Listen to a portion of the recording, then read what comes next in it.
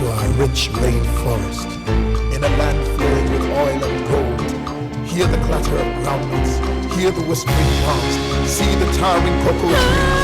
We are Nigeria.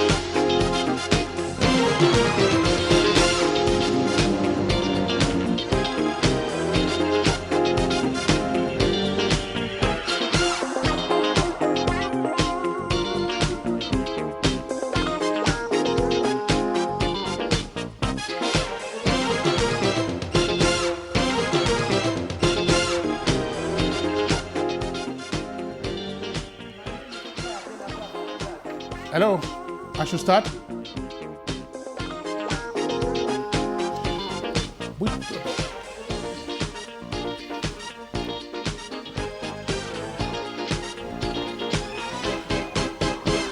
Nigerian youth sensitized on the need for violence-free elections in the country.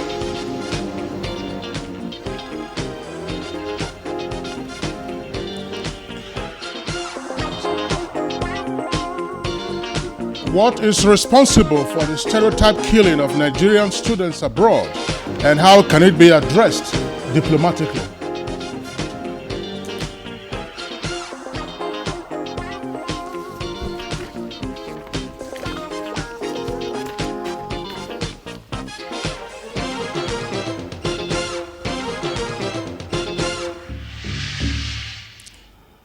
Talking about Nigerian students killed abroad, we have a catalogue of them. I mean, those of them who have been studying there, who have been found dead, murdered in cold blood, from Europe, Asia, and our own continent, Africa, even in next-door neighboring countries like Ghana and South Africa.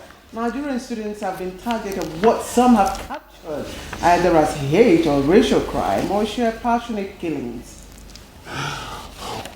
Well, Claire, the most recent cases reported from Dubai involve the sons of a former governor of Bayelsa State and ex-broadcaster and a member of CAF. Toby Falode's body was found beneath the 17-story building where he lived in Dubai. There have been various allegations surrounding his death. And Kingsley, just recently, the son of former governor of Bayelsa State, Solomon Diepre Alamasia, Oyemifa Alamasia, was allegedly murdered in cold blood. He was also found dead on the street of Dubai, and on both incidents, the police in Dubai alleged suicide. But parents of the deceased cry foul. It has been tales of woes for these parents and relations of victims of such unfortunate occurrence. Unfortunately, none of the perpetrators of the heinous crime, Kingsley, have been apprehended or brought to book. That is particularly the reason why we are focusing on the subject matter this morning, that the trend has assumed a dangerous and even alarming proportion. And many are expressing the fear that if something is not done urgently, the lives of Nigerians, and in particular students who are mostly teenagers or just persons getting to their 20s, may very well be in serious danger. Indeed, Nigerians are crying out against the spate of killings of Nigerian students legitimately seeking quality education abroad. Now, they say it's high time Nigerian government, Ministry of Foreign Affairs, the Human Rights Commission, and other relevant agencies stood up and protected not just Nigerian students, but every Nigerian citizen residing and doing legitimate transactions in foreign countries. Well, Claire, if you recall, there was a recent incident in South Africa involving the deportation of well over 100 Nigerians on allegations of not possessing a genuine yellow card. But of course, the Nigerian government protested, and tit for tat, and almost immediately as the spat broke, it was resolved quickly and diplomatically as well. And that, of course, ensured that there was no strain in our diplomatic relations. But with the incidents of murder, this, of course, involve criminal offenses.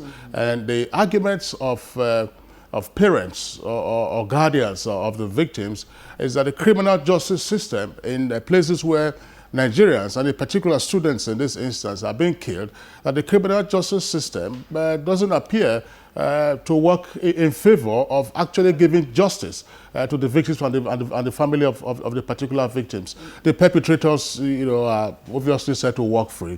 And again, perhaps more hurting to the families is the way the incidents are described. You say a 17 or a 19-year-old boy committed suicide. If a person committed suicide, there are metrics that you can look around and say, look, perhaps yes, this would conduce to a case of suicide. Yes. Kingsley, that's why again a lot of people are suggesting that our policy, probably our foreign policy, needs to be amended in some way to become more proactive and not just reactive in protecting Nigerians abroad. And the questions have been asked: what kind of action can our government take to ensure that the safety of our citizens in foreign land are protected? Now, that will form part of the conversation on Good Morning Nigeria this Friday. I am Claire Adilabu Abdul-Razak, and the pleasure is ours having you join us. Well, my name is Kingsley Osadolo, and Claire, just to underscore this point, that a few years ago, the Nigerian government made an article of faith, as it were, that citizen-focused diplomacy would be a cardinal plank of our foreign policy, again arising from the maltreatment of Nigerians abroad. But now we are seeing many instances of Nigerians, who are being killed, and the families of those victims are not getting justice. It's good to have you join us on Good Morning Nigeria. We'll also accommodate our regulars: business news, sports, foreign, arts and entertainment, and of course, the newspaper review. In the meantime, we're going over to the newsroom to join Rhoda Obo for the main news. Rhoda? Thank you, Kingsley, and hello there. Welcome to the news. The Authority of Heads of State and Government of ECOWAS has asked the military to lift the suspension of the Constitution in a bid to fast-track the return of constitutional order. This formed part of the resolutions at the end of the consultations with all stakeholders in Burkina Faso, facilitated by ECOWAS. For any nation to achieve sustainable development, social equity and environmental sustainability, as well as population management, must be the key drivers. Professor Hilary Inyang of Botswana University of Science and Technology said this at the 6th International Lecture by the Center for African-Israeli Development in Abuja. Engage in means of production, good governance and so forth, to provide goods and services for their people. What? I can't hear. And directors across ministries, departments and agencies are meeting to chart a new course to improve service delivery for Nigerians. The meeting, which is holding in Abuja, has as its main focus ways on how to effect reforms within the public service.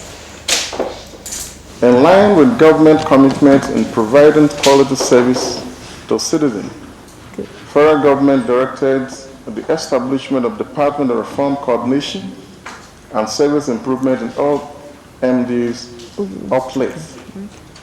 The intent is to ensure that quality service are delivered to citizens by all MDOs. The cardinal objectives of good governance in Nigeria should be based on accountability, transparency and respect for the rule of law. This was the opinion of speakers at the 2014 Royal Commonwealth Lecture on Democracy and Good Governance held in Abuja. The government must give account or subject themselves to the will and desire of the people they lead. That is, subjecting themselves to public scrutiny. I believe that Nigeria can set an example and that the upcoming elections offer an opportunity to consolidate Nigeria's democracy and to demonstrate by example its strong commitment to Commonwealth values. We'll take a break now, and when we return, the news continues in just a moment. Stay with us.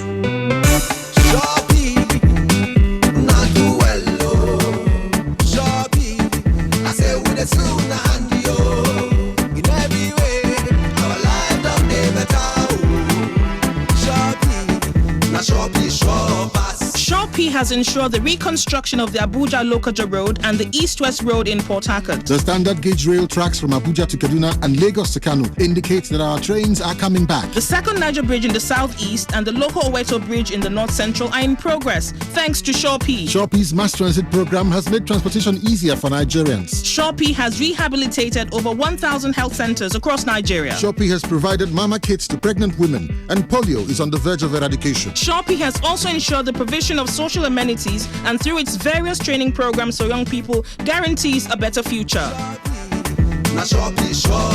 Shopee, delivering service with integrity.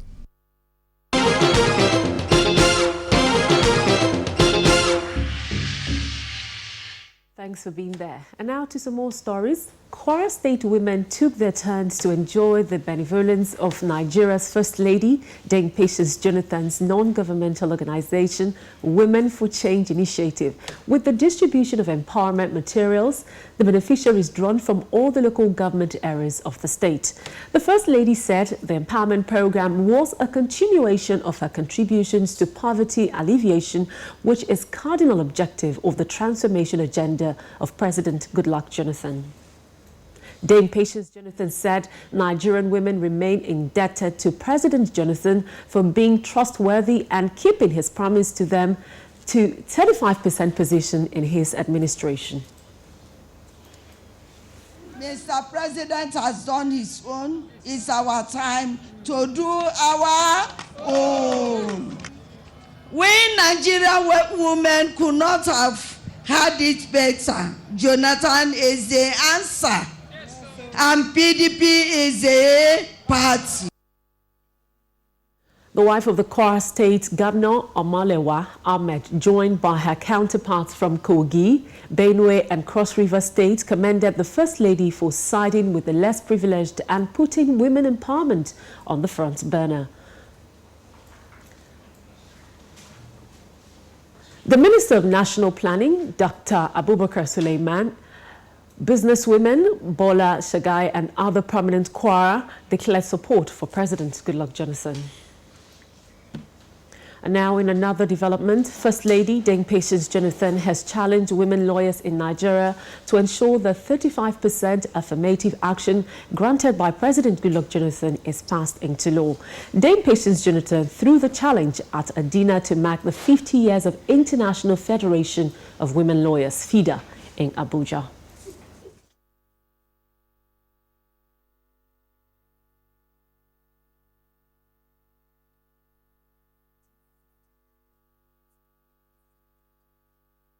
We thank the current administration of His Excellency, Dr. Goodluck Ebele Jonathan, President of the Federal Republic of Nigeria, for keeping to his promise of effective implementation of the 35% affirmative action. 2015 is already beckoning. I want to believe that our mother will ensure that we have 50% this time around. In the meantime, the son of the former Premier of Nigeria, Jahil Tafawa Balewa, was formally withdrawn his aspirations to contest for presidency in the 2015 general elections. He confirmed this at a press briefing organized by elder statesman Chief Edwin Clark to address some rising issues going on at the People's Democratic Party. It's not for you to impose your will yourself on the people, or wanting to nominate someone because you don't like the face of the senator to replace him. What Daddy said is very true.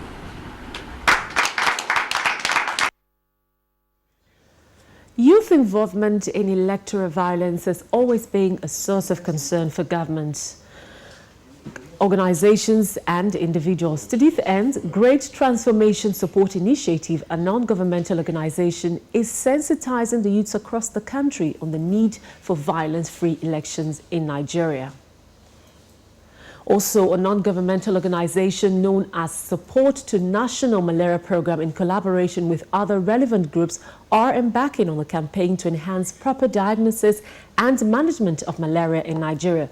The essence of the campaign is to reduce maternal mortality due to presumptive treatment. Prevent and delay the development of anti-malaria drug resistance. Now, this can only be achieved through confirmation of all suspected cases of malaria prior to treatment with ACT. So the idea behind RDTs is that right there where you're consulting with your pharmacist or your doctor or pharmacist can run a 15 to 20 minutes test. And now, trade promotion and investment in African film industry, ethics and value was the title of a seminar to usher in the Zulu African Film Academy Award, ZAFA 2014 in London, the United Kingdom. Director General of the Nigerian Television Authority, NTA, Mr. Shola Omole, presented a paper on the role of the media at the event. I think we have grown, quite frankly. And we should give ourselves a little bit of credit. If it has not grown, it would not be making the kind of contribution to the GDP that we're talking about today. The number of jobs that have been created out of this industry, I wish somebody could take account. I would find that significant contributions has come out of this industry.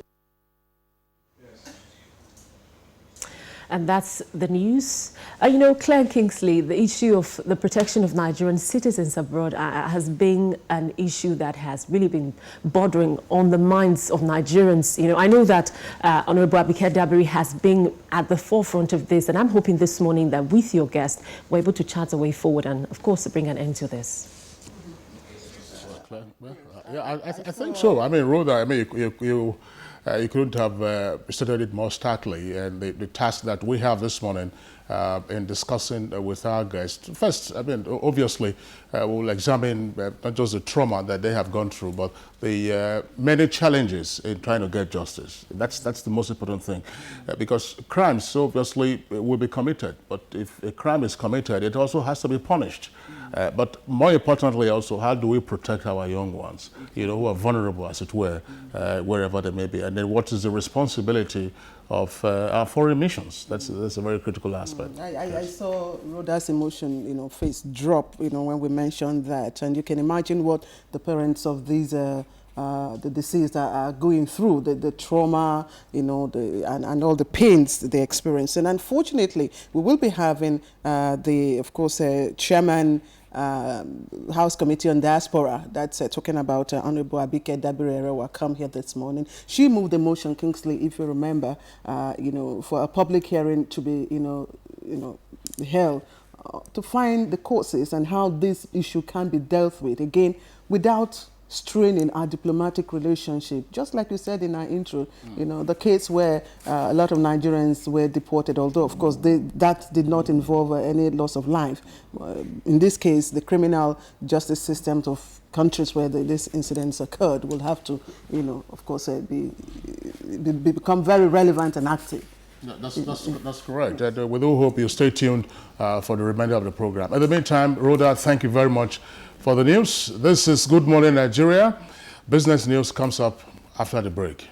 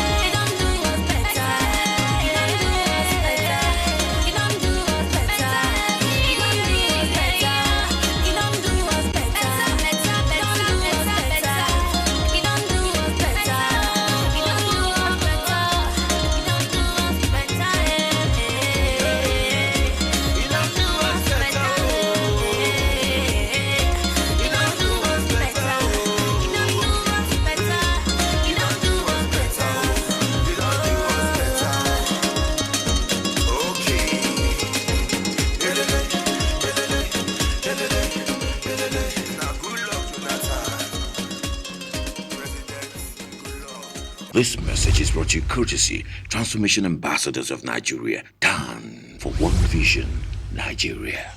Put a cup of jig in the water, we'll get school uniforms whiter, and it is the tough stain fighter that will get your whites much brighter. Just Chickens! Pot puree and lemon. Just Chickens! Hey, you better go get it! Now available in lemon and pot puree fragrances, the newest and freshest way to chickens. I need a great deal, the best price I can get. That's why I shop on Jumia. Quality you can trust.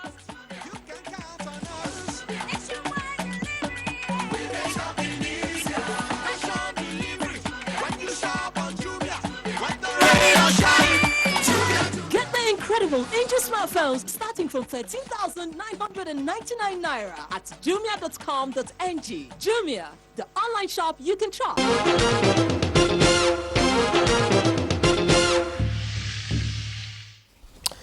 All right, we're in business, and the news is that the Budget Office has clarified issues about the proposed $78 per barrel crude oil benchmark for the 2015 budget and the midterm expenditure framework. Plus, the downtrend in the Nigerian capital market now calls for concern. Let's hear more on this and more from Shikola Ikminaye. Hello, good morning and welcome to Business News. The Budget Office has described as untrue reports in some quarters that frictions are building between the executive and the legislature over the proposed $78 per barrel oil benchmark for the 2015 budget. In an interview with NTA Business News, Director General of Budget Office, Dr. Bright Okogo, said rather the two arms of government are in consultation with each other so as to arrive at the most appropriate benchmark that will be reflective of the current situation in the global oil markets. Honorable Minister of Finance, CME, and myself led the team that went to the Senate committee. We made a presentation. We drew attention on our own side to the fact that prices were already falling. And therefore, there was a need for caution.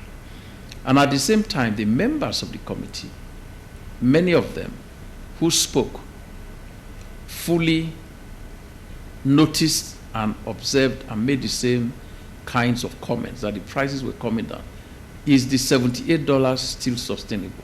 In the meantime, the Director of Budget said the government is working on contingency plans to ensure smooth implementation of the 2015 budget should the price of crude oil continue to dip and revenues go down.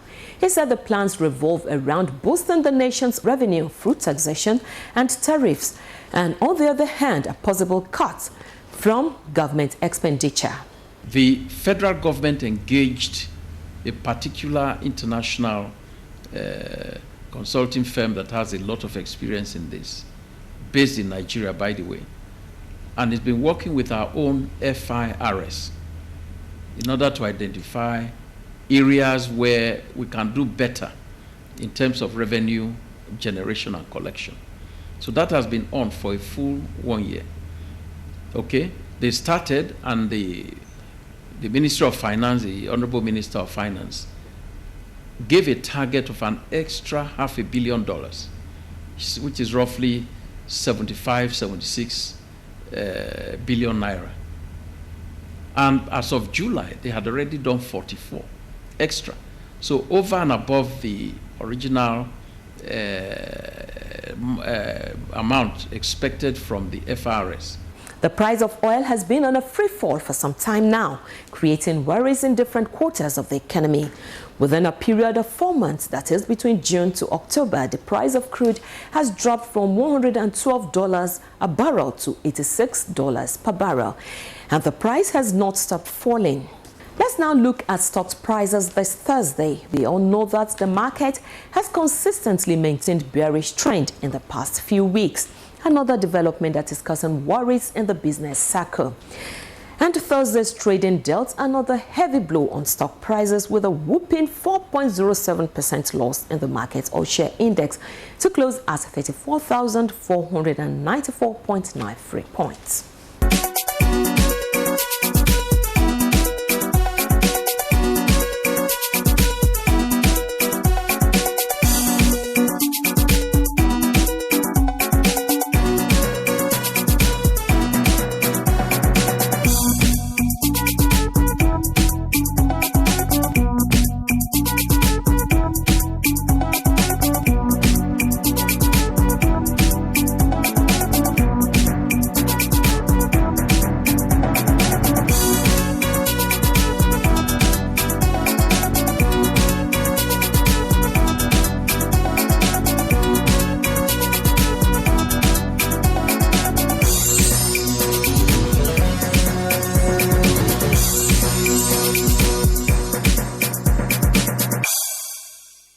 Finally, on business news this morning, UK interest rates were left on hold at 0.5% for another month on Thursday, amid fears that the pace of recovery in the UK economy is slowing.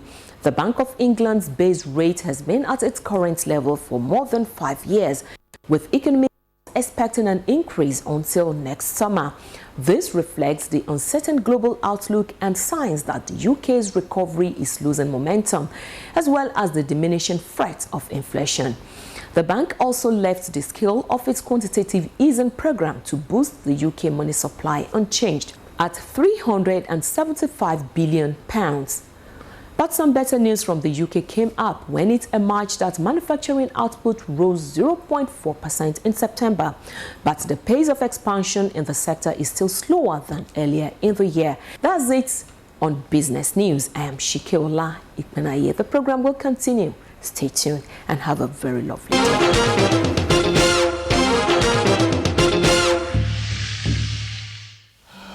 All right, this is Good Morning Nigeria. Up next for us is Newspaper Review.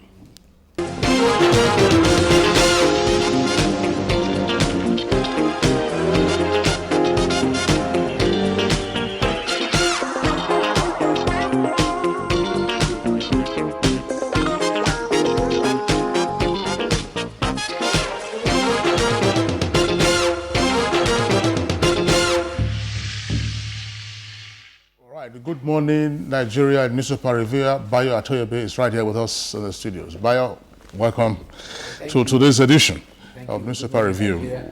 Okay. We begin our review this morning with the National Mirror, and the lead story says Benue, Nasarawa, others to enjoy 13% derivation. It has a rider there that says 2015 budget, drop in oil price, risky for Nigeria. Details are to be found on pages 4 and 6. And also on the front page there is a story that says foreign carriers repatriated 231 billion naira from Nigeria in 2013. That's according to the Civil Aviation Authority. And military hands over 42 Boko Haram suspects to to Shettima. Details to be found on page 12. Shettima, of course, is Borno State Governor. An insurgency, Al-Makura assures residents of safety. Court sacks Ondo PDP caretaker committee. That's on the front page, just below the photograph there.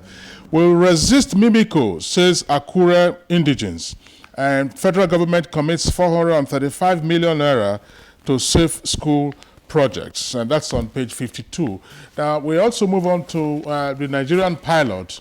And the Nigerian pilot has as its lead story, states get amended constitution from National Assembly and to vote on 23 clauses. Details to be found on page 4. Oil price fall, reps to return 2015 MTEF to executive. Details to be found on page 6. And National Assembly crisis. Jonathan PDP senators meet. And also on the front page, there are some promotional stories. The same thing that we read earlier. Details to be found on page 41. Foreign airlines raking 231 billion naira. Scores injured, vehicles vandalized in Nasarawa APC PDP clash. Details to be found on page 11. Now, we lack powers to enforce our mandate. That's according to the Revenue Mobilization, Allocation and Fiscal Commission. Details are to be found on page 6. Also on page 6, but promoted on the front page of the Nigerian pilot. Synagogue church collapse, that's the kicker. South Africa begs for victims' bodies. Now, Daily Trust, very quickly. Just below the name flag of Daily Trust there is a story that is headlined, Boko Haram has overrun 5 Adamawa local government areas. That's according to Ngilari, who is the governor of the state. And tension in Potiskum as soldiers kill 18. And also on the front page there is a story that says CBN restricts dollar sales as Naira sinks. And of course, you have a story there that says, sorry, this is a photo actually right there with a caption, children of displaced persons queuing for enrollment into primary school at Damare camp in Yola, Adamawa State yesterday. Federal government launches 16334 education policy. Details are on page 5. And Jonathan meets PDP senators and governors. Claire? The others, of course, I'm sure some other stories you will read, but just on the front page of the Union, Akwa Ibom Agog as African leaders and Pelé storm Uyo to inaugurate International Stadium. And another story, of course, says that 10,000 persons have been displaced from Mubi. Presidency carpets Tinubu others over Jonathan. And of course, there are other stories there. Claire, let's go over to you quickly. Indeed, so that picture story you just read of the pupils there being enrolled is quite touching. And of course, it's a one that we should commend. And just on the front page of The Guardian, we also have a story on education. It relates with government moves 2,400 Northeast students to Unity Schools, awards scholarships to pay parents stipends. That's the late story, and that, of course, happened yesterday. We saw in the news where the Minister of Finance and Coordinator Minister of the Economy spoke on that initiative. And also on the front page of The Guardian, just above the masthead, Nigerian banned from work in UK over Ebola after holiday. Details on page 2. And also trending on the front page, Kingsley just read out this one from one of the papers. Solid minerals states to get 13% derivation funds, and the states are listed there. And there are other stories trending on the front page of The Guardian. And we quickly move on to the Daily Sun. We really don't have much time today. Daily Sun leads with Operation Liberate Mubi. Military Imopol team up.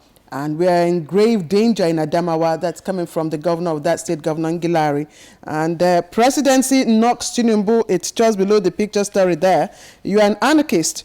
Details are on page 5. Kanu approves 14-year jail term for lesbians, rapists. Details are on page 14. That's the front page of Daily Sun this Friday. And Vanguard leads with, I fear Boko Haram will overrun Adamawa. These are the fears of Governor Ngilari. It's right there below the masthead as Goza in Borno is renamed Darul Hikma. And then a picture story there of one of the contenders in Delta State. That's Vanguard. And Newswatch leads with Mark leads protesting PDP senators to Jonathan. Senate okays 6-month jail for using disabled for arms. That's the lead story there. And above the masthead, court sacks Ondo PDP caretaker committee. Jimoh Ibrahim commends judiciary. And that's all the papers there. Bayo. Thank you very much. Claire, you see the picture of the children queuing for schools at the rehabilitation internally displaced person camp in Yola is quite touching. And that tells you what the Governor Ngilari said yesterday. The Mubi senatorial district has been overtaken now. Now that covers about 5 local government areas. However, the Nigerian army has sent in reinforcement, and they have also sent a backup of mobile police so that as the soldiers progress, the mobile police will take over so that there won't be a recurrence of the return. However, there's Arewa Youth Forum. They met in Kaduna, and their leader, Gambo Wujungu, has lamented that and urged politicians to set aside political ambitions and face the reality and in curtailing the rampaging insurgency. He lamented that while the region is burning, politicians seem to be concerned about the ambition and not the plight of innocent people whose lives are in danger. I think that is very, very instructive. We need, as a nation, to get united to stem this insurgency. The development in Borno, which Kingsley read, 42 persons have been set free. These were people who were detained and suspected to be part of the insurgents. They comprise students, traders, carpenters, panel beaters, and drivers. And the interesting thing about there is that those of them that are drivers are to be engaged by Borno State government. Those of them that are tailors, they are to be part of the policy to sew uniform, free uniform for school children, and they were given 100,000 to get their lives back. Among them are 3 foreigners, Chadian, Burkinabe, and Cameroon, and they are to be repatriated. There is history to be made today. The stadium is to be commissioned by 3 presidents, our president, the president of Ghana, and president of Cote d'Ivoire. And it is said that that stadium compares with anyone among the best in the world. The capacity is about 30,000, and to inaugurate that, you have the Team B of Nigeria playing the Meteors of Ghana. However, before I finish, I'd like to mention this human interest story and worry about a Nigerian who came home on holiday to come and visit the parents. This was because the boss advised him, because of concern for Ebola, not to come, but he insisted that he had to come and see his mother. Upon returning, his colleagues at work raised objections that they are not feeling comfortable, so his boss advised that he should stay away 3 weeks from work for the incubation period, and before he returns to work, he has to provide a doctor's certified fitness and free from Ebola. I think this has to be taken up diplomatically. Nigeria has been certified to be Ebola-free, and this is part of the discrimination, and that has to be fought at the international level. I'm afraid I have to cut you here. We're running out of time for today. Well, I thank you for coming and wish you a pleasant weekend. All right, you're watching Good Morning Nigeria. We'll quickly get on with our conversation this morning. Universities across the world are teeming with Nigerian students in search of further education. Now, in Ghana alone, there are currently 71,000 Nigerian students. And we also hear that in the UK, we have over 30,000 Nigerians studying there. And the 2013-2014 academic calendar alone has over 17,000 Nigerian students. Now, Nigeria is said to be the third in UK with the highest, of course, coming after India and China. Now, also, hundreds of Nigerians studying in other parts of the world. However, reports show that in recent times, there's been an alarming increase in the number of Nigerian students murdered abroad. Several issues have been listed as responsible for this current trend. Let's join Ann Jibono for a background report on the issues.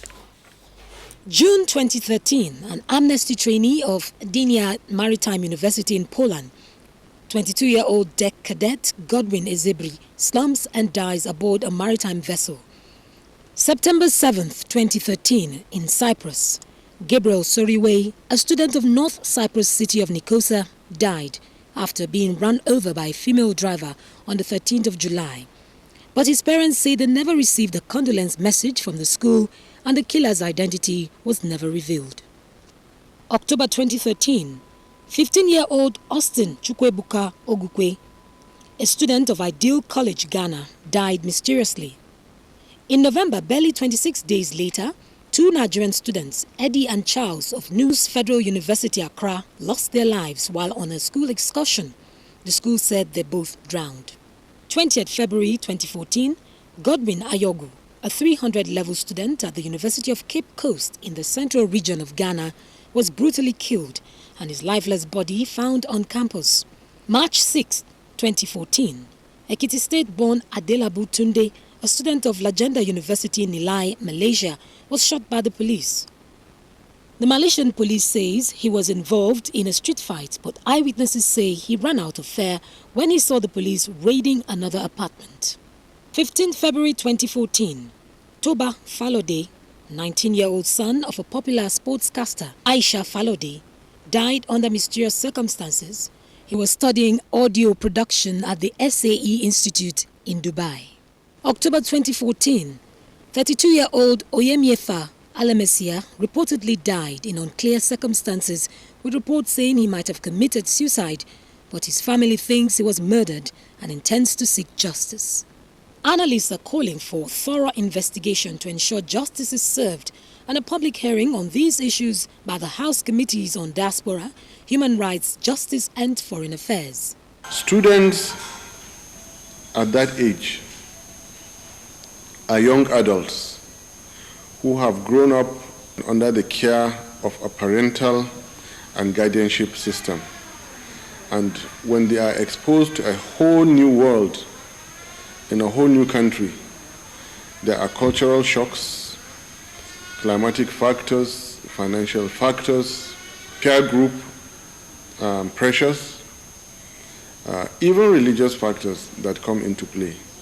Students that are being sent abroad should be properly documented with our foreign mission. Besides, we have what we call military attaché that more or less carry out security function for the federal government. These children need to be monitored by them. You need to be protected by our foreign missions and foreign governments too.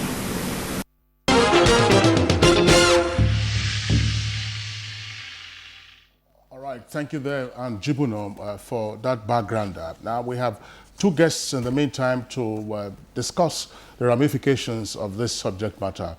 Joining us from our Lagos Network Center is Aisha Falode. She's a very well-known face in the media. She's an ace sportscaster and mother, unfortunately, of Toby, a Nigerian student who was murdered in Dubai some months ago. Aisha, I would like to, well, as we say in broadcasting, welcome you to Good Morning Nigeria. Thank you very much. It's a pleasure. And with us right here at the Abuja headquarters is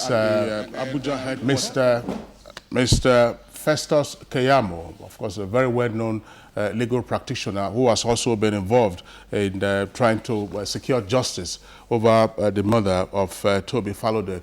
Barrister Festus Keyamo would like to welcome you to Good Morning Nigeria. Thank you for inviting me. Okay, Claire, kick off with... Let's quickly talk to Aisha Falode in Lagos. Aisha, good to see you, and we do sympathize with you on your loss. Well, we heard that the police in Dubai alleged that your son committed suicide. It was a case of suicide, but you refuted that allegation.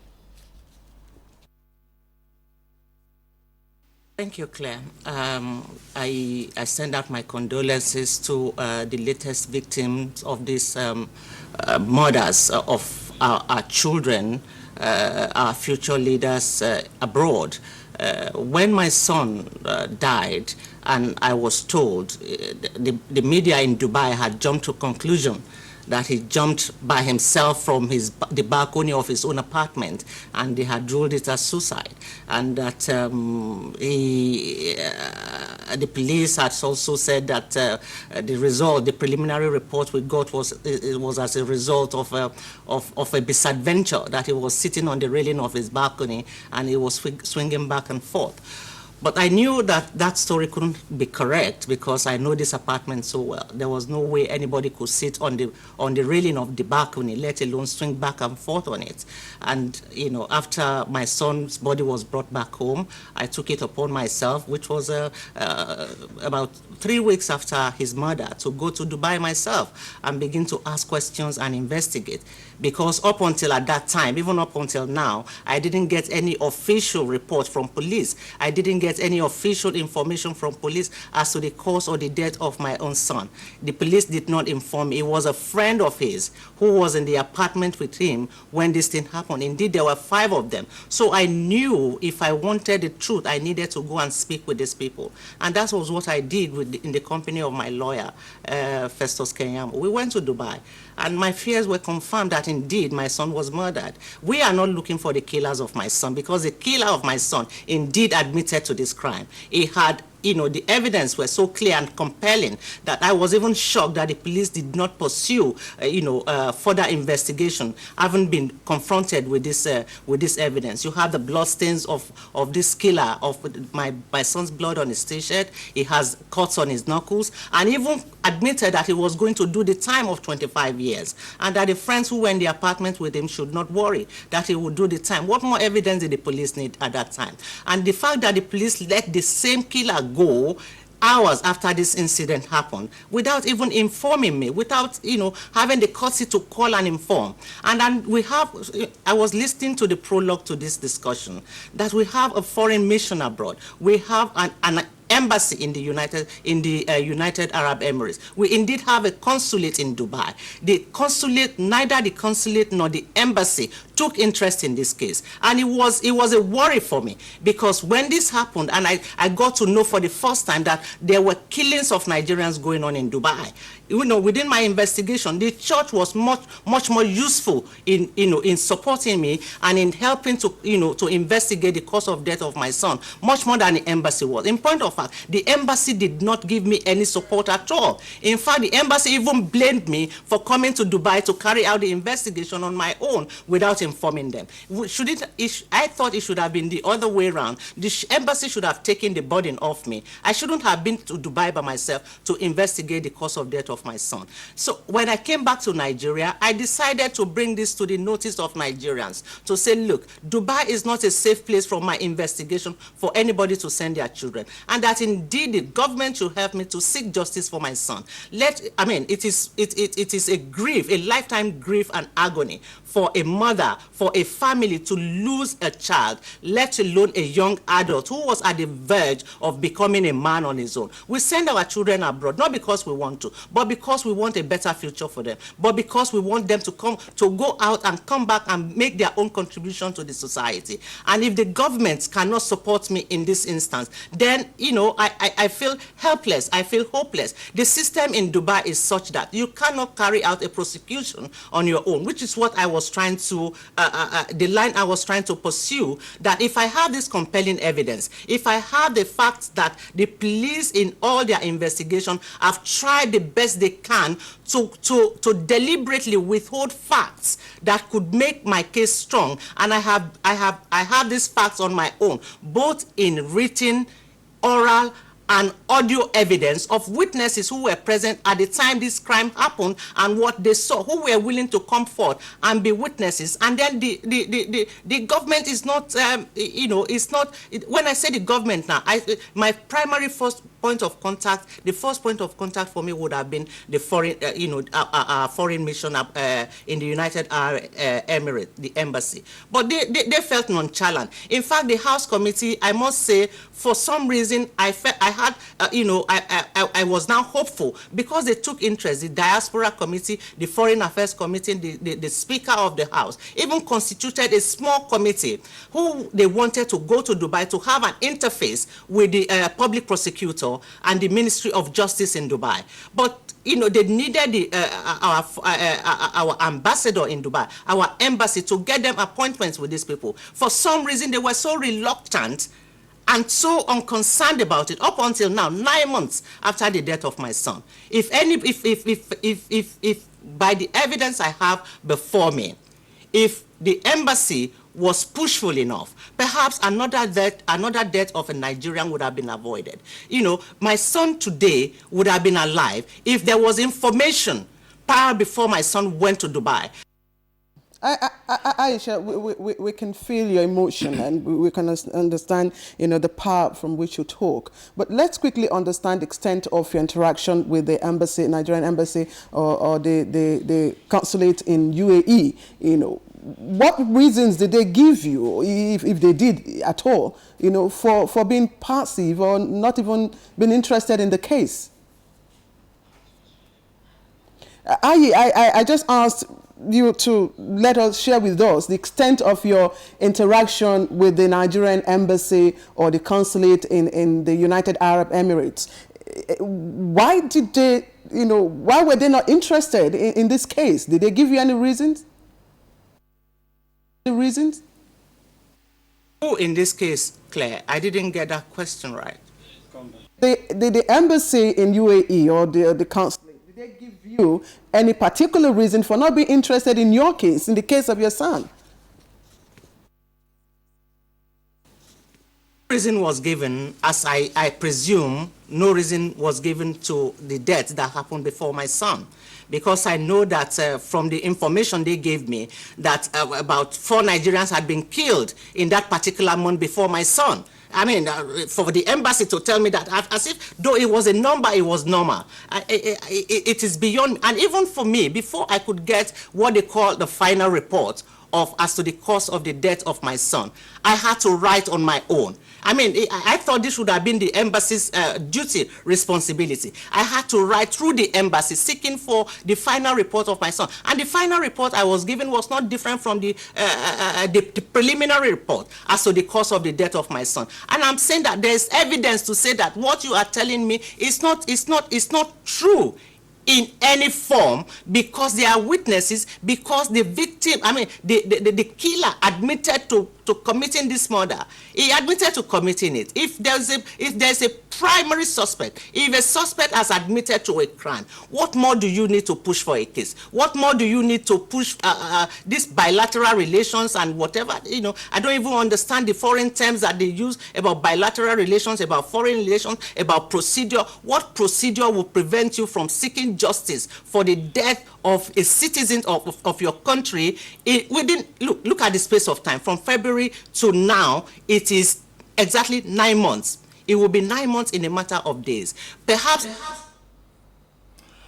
Okay, Aisha Falode would like to pause you in the meantime at the Lagos Network Center and then return to Barrister Festus Keyamo, who, of course, has handled a number of public matters, particularly with regard to criminal offenses.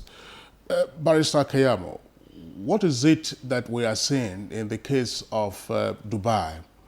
What kind of policing and criminal justice system are we faced with? Well, thank you. We have the Office of the Public Prosecutor in Dubai. Now, that is equivalent to the Office of the Attorney General of the Federation that we have here. And that office has the final say regarding prosecution or not.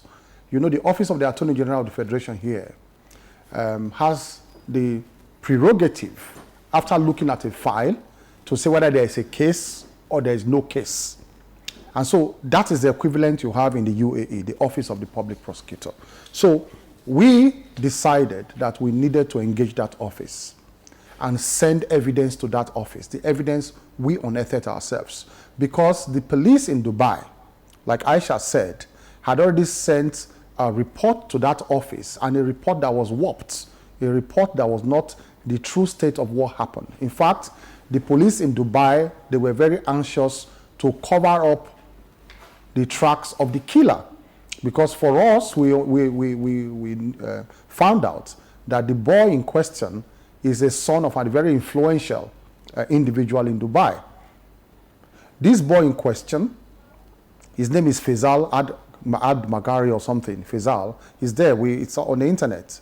The boy admitted before the other 5 boys who were in the apartment that when the boy fell down and he came back from the balcony, because 3 of them were on the balcony, himself, Toba Falode, and another girl, a British girl. And of course, the information was that he was very angry with Toba, that Toba was trying to take his girlfriend from him. And there was a heated argument on the balcony. All the 5 boys in the apartment, they had a heated argument on the balcony. And after some time, only the boy, Faisal, and the British girl came back to the balcony and informed the others that Toba had fallen off from the balcony. And they saw blood stains on his shirts. They saw cuts on his knuckles. And they now told all of them, say, look, all of you, don't worry. I'm just going to do 25 years. That's an admission of guilt. Now, these boys gave us these statements. All these boys. When Seth and Aisha went to Dubai, they volunteered these statements in writing. Oh, written? In writing. We have it in writing, signed by them, that this is what happened. Now, we now sent these statements to the Office of the Public Prosecutor in Dubai, through the embassy in Dubai. We were the ones who undertook to interview these boys. Before we went there, the embassy never bothered to call this. There was a Nigerian boy amongst these other boys, a South African, a Nigerian boy, but they didn't even engage them. We engaged them. Now, we sent these statements to the Office of the Public Prosecutor through the Nigerian embassy. Now, they wrote back to us and said, look, they wanted these statements in Arabic, that they don't entertain any communication in English language. Aisha went ahead, went to the University of Lagos or so, got an Arabic, lecturer, and we translated these statements way back 6 months ago. We're talking about 6 months ago, and sent them to Dubai. That is the end of the matter today. No response, no further investigation, and all that. Now, the Committee on Diaspora also, the House, they've been wonderful. The Speaker, Tambuwa, was wonderful. Honorable Abike Dabiri was wonderful. They've been very interested in, and Ukeje too, Honorable Ukeje. They've been wonderful. They've been very interested. They want to go to Dubai. And they said, okay, look, the embassy there in Dubai, all we just need to do, because our honorable members who can't go to Dubai and begin to just mill around, just get us an appointment so that they will know that we are coming. Get an appointment with the Office of the Public Prosecutor so that we can go and officially engage him and ask him what he's doing. No appointment till today. And I'm asking, what's going on? That's what Aisha is saying. What is going on? You can't just secure an appointment? What are you doing there as an embassy? Just secure an appointment for government officials coming to Dubai for 6 months? What do you think is responsible for that? It is a lackadaisical attitude towards the affairs of Nigerians. It is a mentality that they are there maybe for something else, so able to protect maybe the image of the UAE. Because some time ago, we got the impression that they said, look, they don't want any diplomatic row between Nigeria and the UAE. That they are protecting more or less the image of the UAE as a tourist destination. So they don't want this dark side of Dubai to be known to the world. And Nigeria is also complicit in that type of nonsense. The officials of Nigeria. Okay, Mr. Kayamo, I was asking, you know the Nigerian criminal system, criminal justice system very well. Yeah. You also know our policing system. Yeah. What are you making of their policing system? Is it so shoddy? Oh, it is. And then the criminal justice system. Absolutely. Is it that they pick and choose which cases to prosecute? Absolutely. In fact, let me tell you that the same problem we face here, when people can walk away, get away with murder, I think that's the same problem we are facing with Dubai. It's a state where they protect certain individuals and put premium on the lives of some over others. Because what happened was that when Faisal and the other boys, this suspected killer, got to the station, they saw the blood stain on him. Now they decided to take him apart from the other boys and interview him separately. So the other boys did not even know what they discussed with Faisal. In fact, from the time they came to arrest them in the apartment, they were discussing, conversing with him in Arabic, so that the other boys did not even know what they were talking about. When they got to the station, they took him apart, talked with him, conversed with him, without the other boys knowing what the interview they conducted with him, and let him go with the blood-stained shirts. They didn't even take that shirt from him for forensic analysis, for anything. That was how they destroyed evidence at the beginning. And it was the other boys. Guess what? The other boys, because I think they carried out some breathalyzer test on them or so, they found out they were a bit drunk. They charged them for drinking alcohol. The other boys. That is how terrible the system is there. Those boys are even facing the charge of drinking alcohol now, and they let this other boy go scot-free. So it is a system where they protect the rich over the poor in Dubai. But then it is the duty of our government to insist, because a private individual like Aisha, there's so much she can do. I mean, she cannot do very much. It's a government-to-government business in this situation, where our embassy there should put its foot on the ground and say, look, something has to be done. Okay, but allow me to say your son. Aisha, we know we have to let you go because we made a promise that we'll let you go because of your tight schedule. But please just exercise 2 minutes with us. We'll get back to you for your final, response or comment on this matter just before you go. We'll take a short break. When we come back, we will come over to you in Lagos. Our Ministry of Health team is visiting schools to teach children how to protect themselves from diseases. Do you know what germs are? They are tiny, harmful, living things that you pick up from dirty surfaces. These germs can make you ill and prevent you from doing all the things you like to do with friends. That's why you need to fight them by washing your hands regularly with Dettol soap. Mom, today we learned how to fight germs with Dettol soap.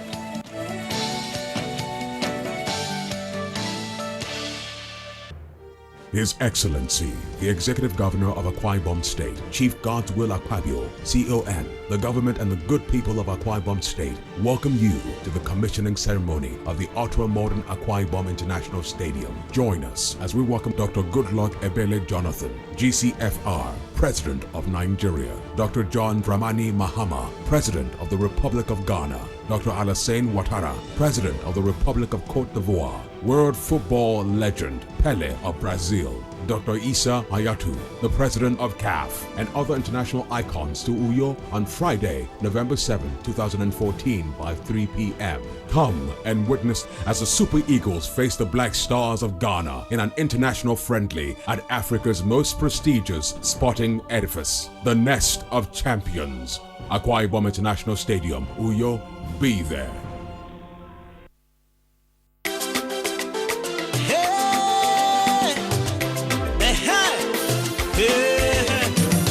From the east down to the west, up to the north and back to the south. Nigeria don't transform now because of good luck. Our people don't they smile though. Our country don't better. Oh yeah, make una follow me, come see. Waiting good luck they do. Oh yeah, make una follow me, come see. Waiting good luck they do. Oh yeah, make una follow me, come see. Waiting good luck they do. Oh yeah, make una follow me, come see. Waiting good luck they do. Agricultural sector, petroleum product. Oh yeah, make una follow me, come see. Waiting good luck they do. Railway system, good roads and aviation. Oh yeah, make una follow me, come see. Waiting good luck they do. Healthcare system and youth empowerment. Oh yeah, make una follow me, come see. Waiting good luck they give us light, give us food, give us house, give us school with good luck, Jonathan. Our country don't better. Oh hey. This message is brought to you courtesy Transformation Ambassadors of Nigeria, TAN, for One Vision, Nigeria. You are watching NTA, Nigerian Television Authority. For more information and news updates, visit our website at www.nta.ng, or you can follow us on Twitter at NTA News Now, or you can like us on Facebook at NTA Network News. Stay connected on our YouTube channel at www.youtube.com/NTA News Online. Watch our live stream at www.nta.ng/live. NTA, you can't beat the rich.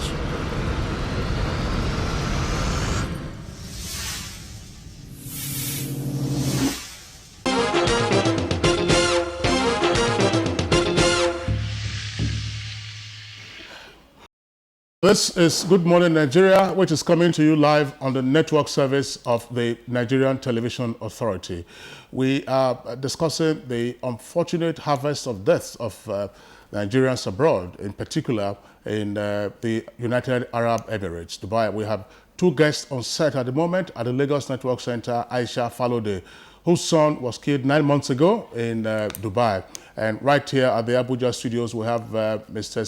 Festus Keyamo, who is a very well-known legal practitioner. Of course, in the course of our conversation this morning, both guests have made copious references to the attitude of the Nigerian mission in the United Arab Emirates, the embassy in Abu Dhabi, as well as the consulate in Dubai. Now, before we came on air for this program today, we had contacted the Foreign Affairs spokesperson, is Mr. Ode, but unfortunately he is not in Nigeria at the moment. He's out of the country, and we should be back by next week, and when he returns, of course, we will have him on the program to respond to the statements made by Festus Keyamo and Aisha Falode as to the lackadaisical attitude of the Nigerian diplomats handling, with regard to the handling of this particular matter. But in the meantime, we go back now to Aisha Falode. Aisha, again, I have goose pimples asking, this question, because listening to you, some of the facts surrounding the incident I've read in the papers. I don't want to go over them, all over again. I give you an example in terms of looking for evidence as to what happened.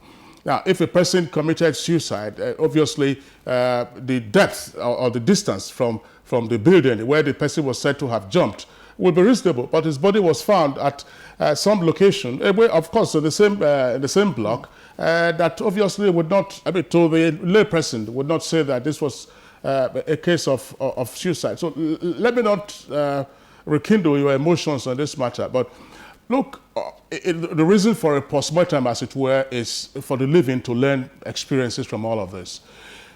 As a parent, and we all are, I am, Claire is, Festus is, and a number of our viewers are, and some will be tomorrow. What advice would you give to parents who are sending their children awards outside, in particular to the United Arab Emirates? Advice would be to do a thorough investigation as regards the safety records of the destination you are sending your child to, and keep a close eye on them. It will also be advisable not to send them to where you think there's a cosmetic selling point for that destination. I mean, if you go online today and Google Dubai, because after the incident of, after what happened to me and the murder of my son, I decided to do a thorough research on Dubai. If you Google deaths from balcony or heights on Dubai, you will be stunned at what you will find. It's like it's a trend that if you have an argument with any indigent, a citizen of Dubai, that they throw you from the balcony. There are so many deaths recorded on Google about deaths on the balcony, and the police seem to have a template as to how they record this death. It is suicide. Usually it is suicide. I am challenging anybody now, telling you, go and do this research. I mean, we have, unfortunately, an embassy or a foreign affairs ministry that is not challenged about the welfare and the safety of our children abroad. I'll tell you that the Ministry of Justice has been very cooperative in this instance. I thank the Minister of Justice so much. But there's also so much they can do. They met a brick wall in the support and the assistance that they are trying to get in further getting justice for the death of my son. The minister has written a letter to his counterpart in the UAE, but they had to pass it through the United Arab Emirates embassy in Abuja. But they returned the letter saying that our Ministry of Foreign Affairs had directed and written to them, listen to this very well, that no government agency should have a direct interface regarding this matter with the United Arab Emirates without passing through the Foreign Affairs Ministry. I mean, are you not shocked by that revelation? That the Foreign Affairs Ministry, who should be the one, the agency of government, who should be the one that should be prosecuting and looking for justice for their citizens, are the ones, creating these stumbling blocks from justice being sought and justice being gotten for the, deaths of citizens abroad. And I think that whatever our foreign policy is regarding bilateral relations and foreign relations with foreigners or countries who are deliberately and going out to harm our citizens. I think it should be reviewed. I don't know what it is, because I know that the Foreign Affairs Ministry will not be acting in this manner without some motives that are not clear to me, that is not clear to whoever is watching now, because it does not make sense to me. That is what I have to say about this. Okay, Aisha, I really I really don't know what to ask you, honestly, because as a mother, I feel your pain as well. But let me quickly what kind of legislation do you think can help? Is it possible to legislate, so that things like this will not just get away, will not just be swept under the carpet? Can the legislature be useful in this instance? I'm told, I don't know, if you can hear me, I like to know if you feel the power of legislation, can be effective in cases like this. Is there anything that our legislature can do? I know that the House, of course, is championing this. I haven't really heard much from, the upper house, that's the Senate. But what can be done in terms of legislation to prevent, future occurrence? Without backing it up with the political will amount to nothing. We've just said that the House couldn't have done much more than they did in terms of setting up a committee, wanting to go to Dubai to have an interface with their counterparts, the Office of the Public Prosecutor and the Ministry of Justice. It still comes back to the will of those agencies who are directly interfacing with these foreign counterparts to be willing to give the assistance, to be willing to give the professional support that will really get Nigerians the justice that they truly deserve when things like this happen. I just told you now that, look, there are a lot of Nigerian students who are serving prison that they don't even know why they are in jail at all in Dubai. It is as bad as that, and the embassy does not even have a record of all this happens. It is the churches, it is the worship centers who are giving parents information, who are giving parents the support that they require, who are giving parents who are also helping to find out and investigate the cause and when an injustice is carried out on any citizens abroad. The first point of all right, that's Aisha Falode, sportscaster, speaking to us from the Lagos Network Center. We actually pushed her beyond the time that she gave to us. She has some other engagements. Aisha Falode would like first to thank you for being with us on the program and also to share our sympathies with you. As we informed our viewers earlier, next week we are expecting the spokesman of the Ministry of Foreign Affairs. He was contacted yesterday ahead of this program, and he said he was out of the country to respond to all of these issues, and hopefully we should get some positive action going forward for the better protection of Nigerians living abroad, and in particular the UAE. Thank you very much one more time for your revelations. Now we come back to the studios in Abuja here, where we have Mr. Festus Keyamo. One point, Mr. Keyamo, you and I are lawyers, but you cannot practice in Dubai unless you are licensed. What is the legal practice environment like from your interaction? Is it that lawyers themselves are resigned to the policing and criminal justice system that doesn't appear to give justice in the kind of instances that we're looking at? Well, it's a very restricted society in terms of activism, pushing the frontiers and of the conservatism in law, like we have here. We have, a school of thoughts here in the legal profession where we try to be active. We try to make sure that we push the frontiers, like say,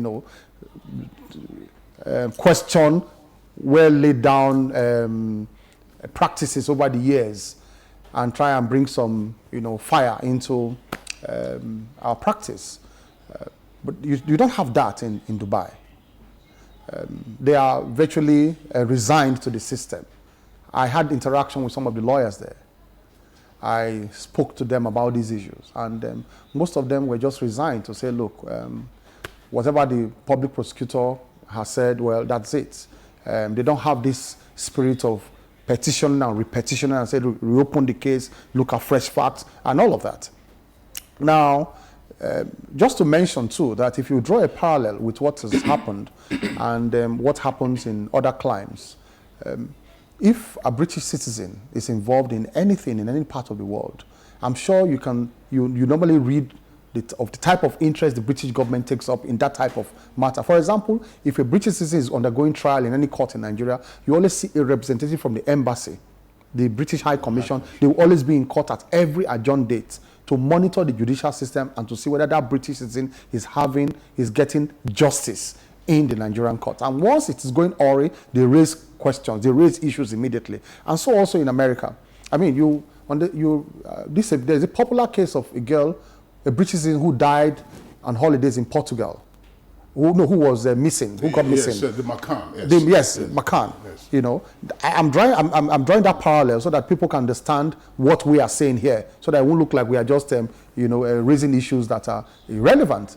If you remember that case, the British government had to send the British police to Portugal to take over the investigation in Portugal, even inside Portugal, to cooperate with. In fact, there was this allegation there that the Portuguese police were unconcerned about what happened. Because of that, the British police, Scotland Yard went over to Portugal to take over that investigation, and they are, in fact, on top of the investigation till today. And that little girl has been missing for how many years now? About 6 or 8 years now.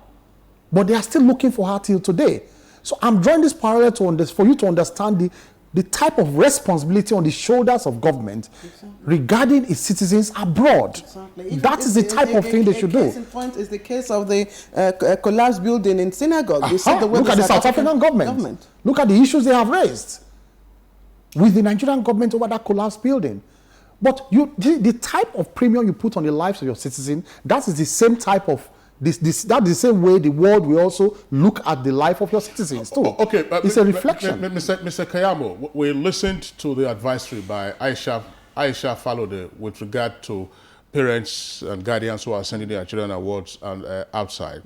What would be your line of advice as well? Well, same thing. That perhaps before you send your child abroad, we should just have this mentality of once your child is abroad, then it's that he's having better education than that of Nigeria. For Christ's sake, first of all, I mean, we are Nigerians. We know we have very good schools here too. We do. But, we have this mentality of once you're abroad, then the education is better. Not of school. You read here. I read here. You read here. So public schools. Public schools. I'm a beneficiary of free education. They will offer free education.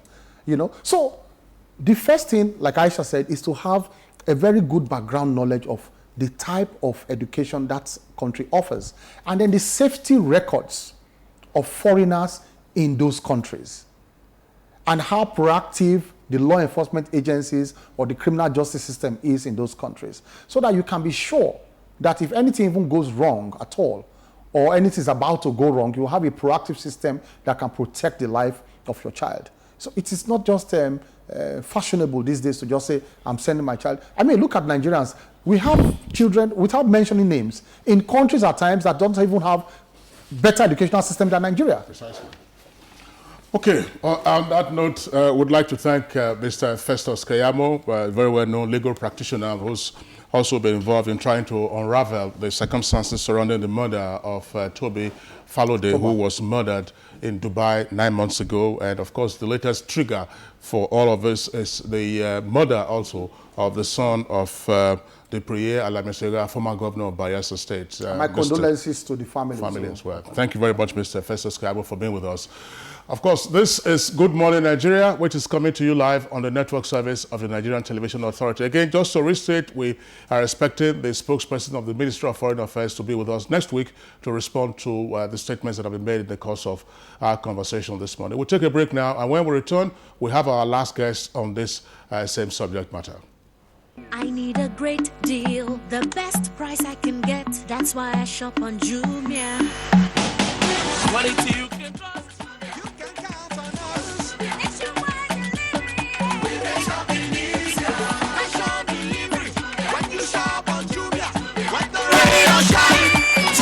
Get the incredible Affordable Angel smartphones starting from 13,999 naira at jumia.com.ng. Jumia, the online shop you can trust. The Dettol and Ministry of Health team is visiting schools to teach children how to protect themselves from diseases. Do you know what germs are? They are tiny, harmful, living things that you pick up from dirty surfaces. These germs can make you ill and prevent you from doing all the things you like to do with friends. That's why you need to fight them by washing your hands regularly with Dettol soap. Mom, today we learned how to fight germs with Dettol soap.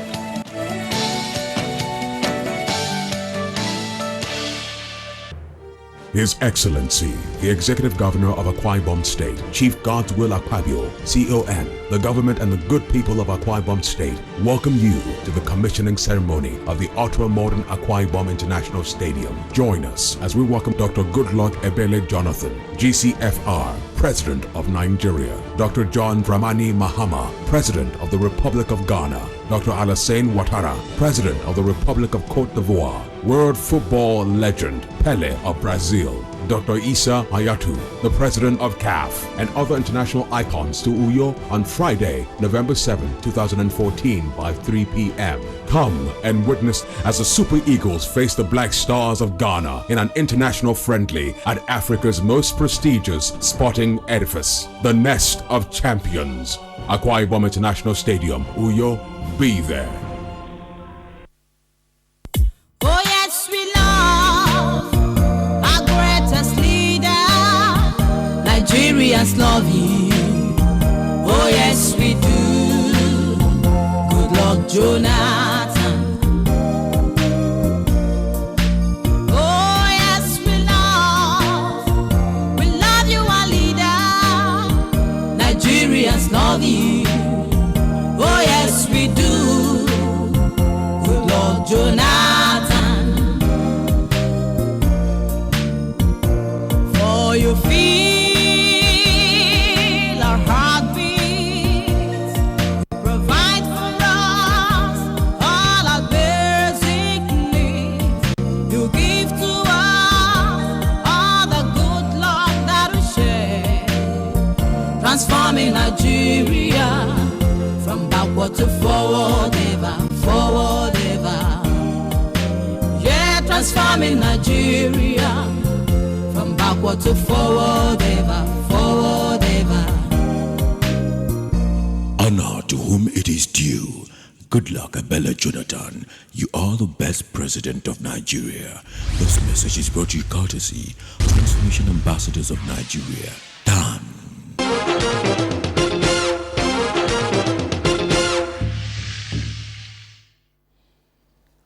All right, Tim, thank you again for being there with us on this topic and this conversation we're having this morning. And we're glad to have joined us in the studio the Honorable Abike Dabiri Erewa. She is Chairman House of Reps Committee on Diaspora. Honorable Erewa, thank you for joining us on the program. Thank you. Good morning. Good morning. Your committee, the Committee on Diaspora, has been in the forefront addressing these heinous crimes, against Nigerian students, not just in the UAE. We understand that in the past few weeks in Ghana alone, just backdoor neighbors, many Nigerians have also been murdered, cold blood. Yeah. So, how far have you gone in trying to address this? Well, first... sorry, Claire, if you don't mind, Abike, let me just interject. Of course, we know that you're an alumna of NTA. Let's, from your engagement as chair of the House Committee, what is the extent of the problem? Well, Claire has just ticked off a few. What is the extent of the problem worldwide with regard not just to the maltreatment of Nigerians, but to the unprovoked murder of Nigerians? It's shameful, it's pathetic, and I really don't know where to start. But first, my condolence to Aisha. Watching Aisha relieve the death of her son is very traumatic. I know that months on, you still don't know who killed your son. The fact that you're not getting justice is very traumatic for any mother. And also condole the family of former Governor Alemnesia for the death of his son. And when Aisha's son was killed, many Nigerians have been killed in Dubai since that time. Oh, at least 6. Unreported. So we know this too because Aisha is a well-known person. The former governor is a well-known person. Several have been killed, at least 6 in the last few months. And nothing, you see, when the problem is when these things happen and we do nothing, they will continue to happen. Even look at the issue of Ebola, they're discriminating against us. They will do that because we don't care about our people. The government of Nigeria does not sit up or stand up for Nigerian people. So really, for me as chairman diaspora and members of the committee, it's very frustrating. Take the case of Aisha's son in Dubai. The speaker actually set up a committee.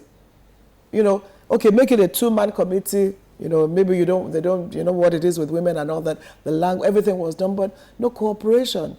And there's nothing you can do without the Nigerian embassy taking a position. And unless one of the states that the federal government of Nigeria, the president of Federal Republic of Nigeria, calls his counterpart over there and says, what is going on with my people? Nothing is going to happen. And unfortunately, very sadly though, like I said on the floor of the parliament, it looks like we're becoming an endangered species all over the world. There's no peace at home, and there's no peace outside home. So really, like I said, I don't even know where to start.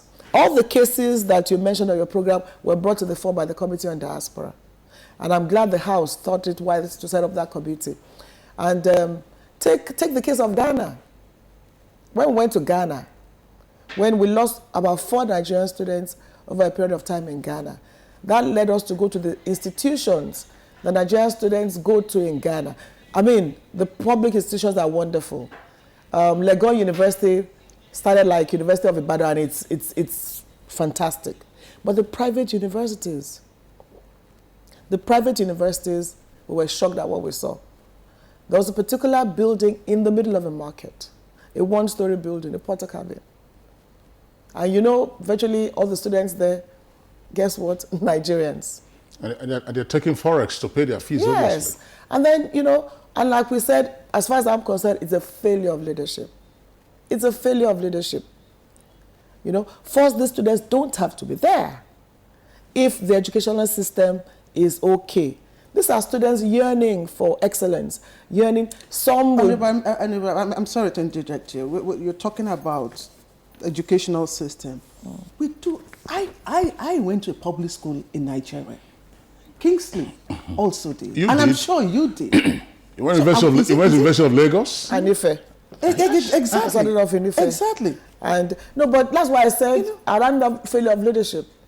Failure of leadership. And you know, well, the debts are there, and what our students go through, it's pathetic. Take one school called, one school in Northern Cyprus.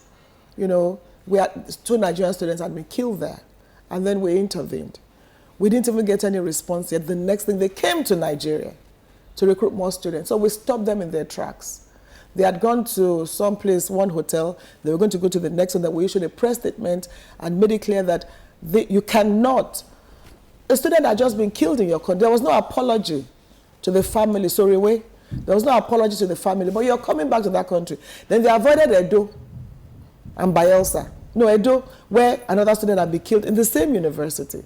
Then they came to Nigeria recruiting more students. And they know that they will get those students.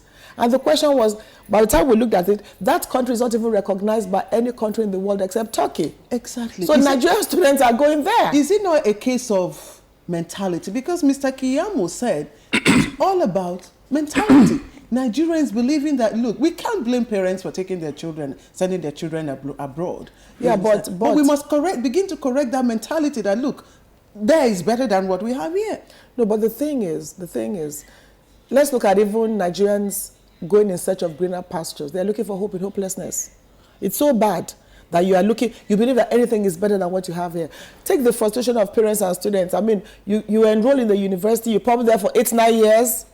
So some school. I'm sorry. No, let me tell you something. No, I know you're going to illustrate this. I'm not saying there are reasons. I'll give you some example. Let's so that we get the facts right, because we on this program last month we spoke to some intellectuals in one of the editions of our conversation.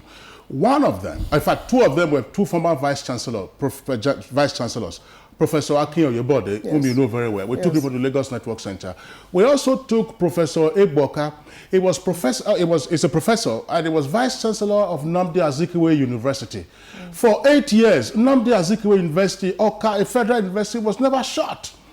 Are we not, when we say, sometimes, when we say we blame leadership, we know that there's leadership in all levels. You find them at local government, state level, federal government, even in the private sector.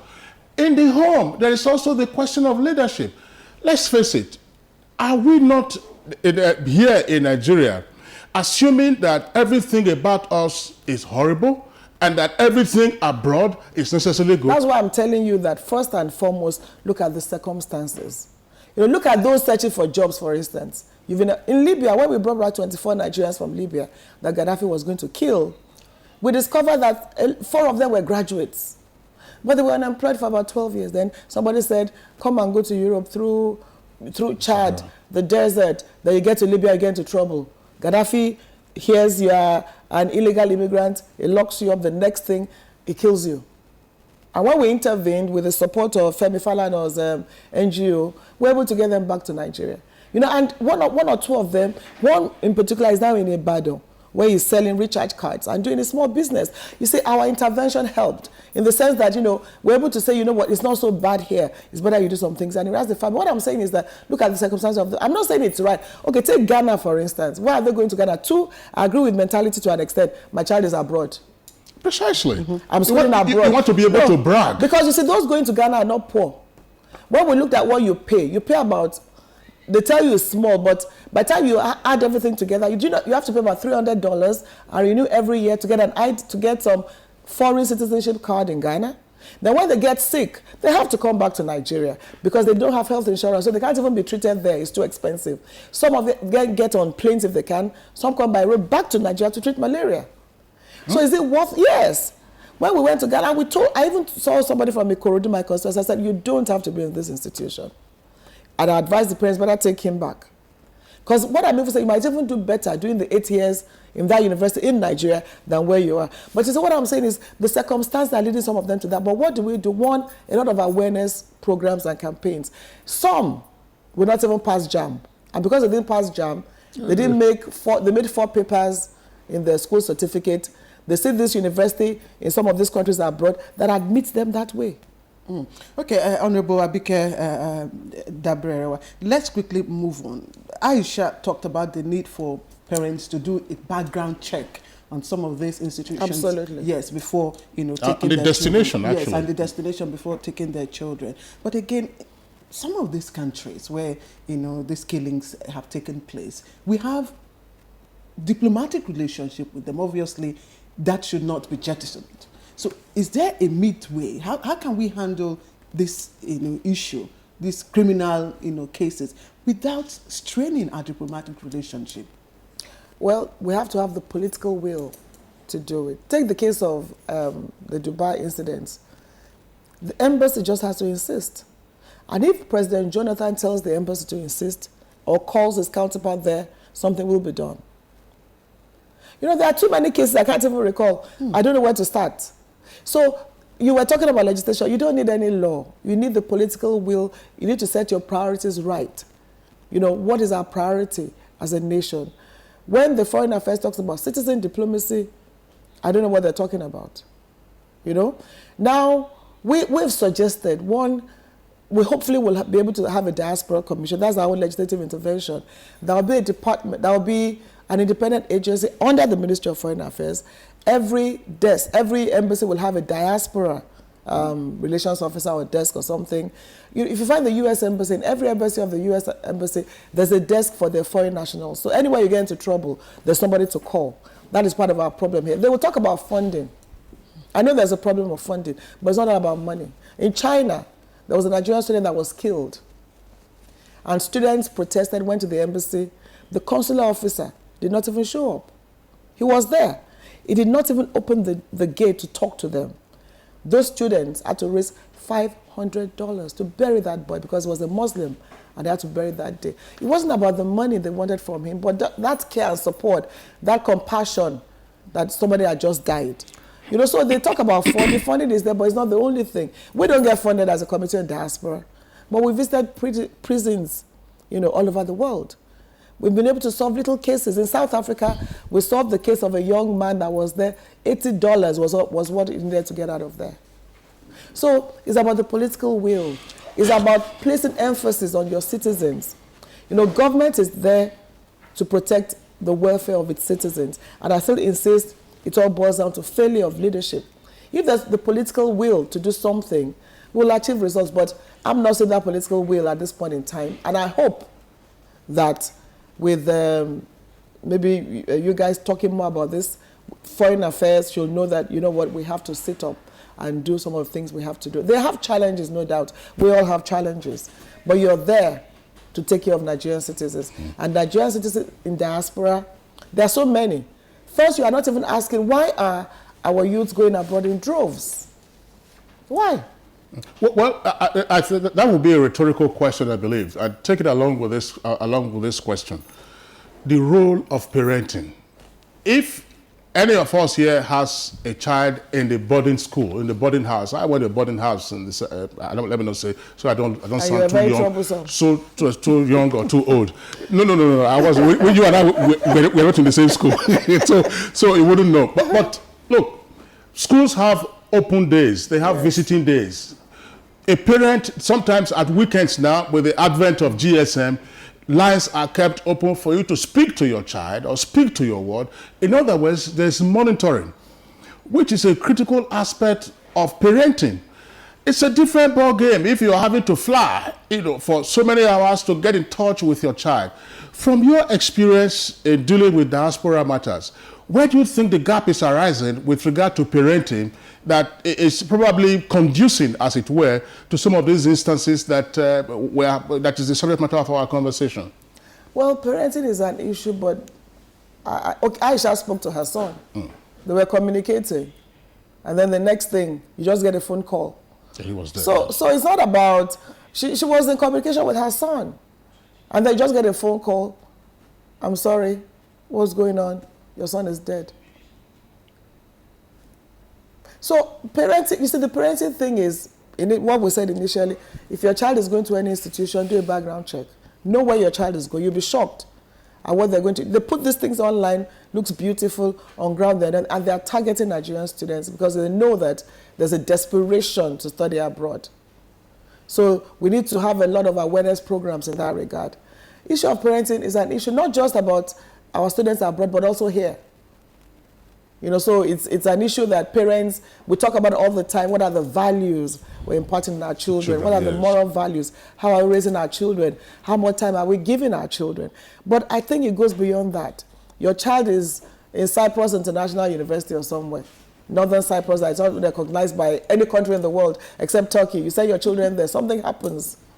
The family went there, they told the father, you can only spend 2 weeks and you get out of here. So he could not even spend enough time with his son. Or, I mean, he couldn't spend enough time to know what happened. They sent him back. So I think it goes beyond that. We have a fundamental problem on our hands as a nation. We say we are the giant of Africa, but we're giant with a feet of clay. And we remain in denial until we realize that the major problem of Nigeria is leadership. And it's left for Nigerians to do something about it. Do we have to take the postures taken by, for instance, US and Israel? You know, you kill any citizen of US today, the perpetrator is fished out. Reciprocity. The principle of reciprocity is what we applied in South Africa. When the South Africa matter came up, the Commission on Diaspora was the very first. We came up immediately and condemned the act and said the principle of reciprocity must obtain in that regard. In fact, South Africa, some years back, will tell you to pay 100,000 naira deportation fee. So if you go for South African visa, you pay 100,000 naira deportation fee. So Ambassador Marua then introduced the same thing to South Africa. Okay, when you go to Nigeria, pay the same amount in your currency, they stopped it. And the same thing with when it happened with the issue of visas, when we said, you know what, we'll do the same thing to you. We saw results. However, there's a challenge here. Take Dubai. How many Nigerians are being killed? How many people from Dubai are being killed in Nigeria or something? You know, the ratio is not proportionate. But If in any one situation you stand up for your citizen, other countries will take you seriously. But when you do nothing, it's going to continue to happen. That is why when Ebola happened, I kept quiet. I kept quiet because really, we've shouted on top of our voices that if you do not show concern and care for your citizens, they take. Let me give you an example of what happened in Brazil. When we went to Brazilian prison, we got into Brazilian prison with the help of not our embassy, but 2 young Nigerian twins in Brazil who were concerned about the fate of Nigerians in Brazilian prison. We went to see the women. Now, by the time we interacted with the Brazilian authorities, we solved little problems. Some Nigerians were on their way to what they call the halfway house. You should leave that place anyway. But because they were Nigerians, it was like, you're in our face and we don't like you. They just kept them there. We intervened and we solved the problem. We had this 72-year-old woman who really shouldn't be in prison, according to Brazilian law. If you're over 70, they put you under house arrest. We got her under house arrest. She died eventually in prison, but we got her there. So, you know, there are some cases that when you, and then they showed more respect to them. Senior officer, we were 3 that went to Brazilian prison. They showed them more respect thereafter and give them better jobs even in prison, because they give them jobs and they give them better jobs in prison and they made more money. So you must show care and concern for your citizens anywhere in the world. And I think that is very important in the case of Nigeria. Now, the second part is this. If you commit a crime, you will be punished for it. Take Indonesia. Once you get to their country, they say if you carry drugs, you're going to die. So you still go there, carry the drugs, then you're going to die. Then you expect us to keep begging for you. So Nigerians should be careful wherever they go. They are ambassadors of Nigeria. However, if one Nigerian commits a crime, doesn't mean that you should, maltreat every other Nigerian. It's not right. So for that one Nigerian that should not be in prison, for that one Nigerian that is being penalized for doing nothing wrong, we have to stand up and speak out for that Nigerian. But for those that are committing crimes, they must suffer for it and be punished for it, no matter the circumstances. If you say you left because it's hard for you and you get into trouble, you're going to have to pay the penalty for that.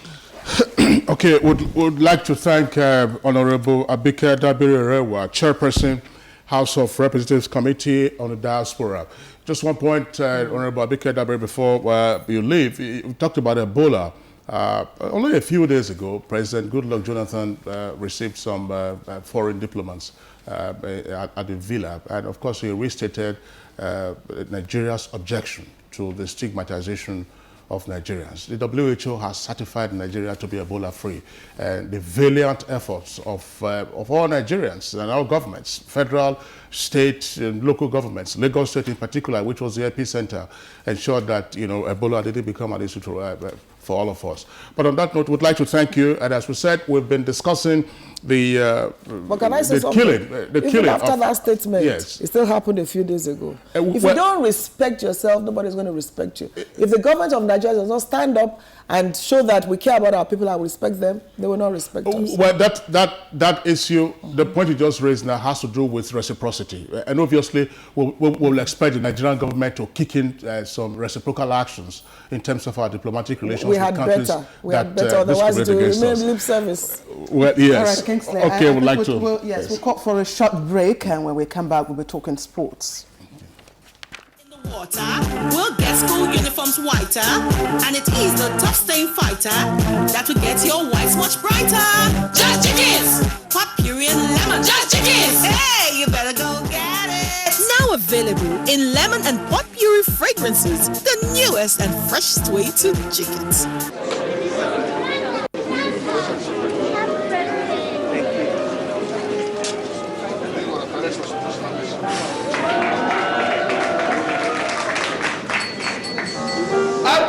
Happy birthday to you. Happy birthday to you. Happy birthday, dear Professor. My former students. Happy birthday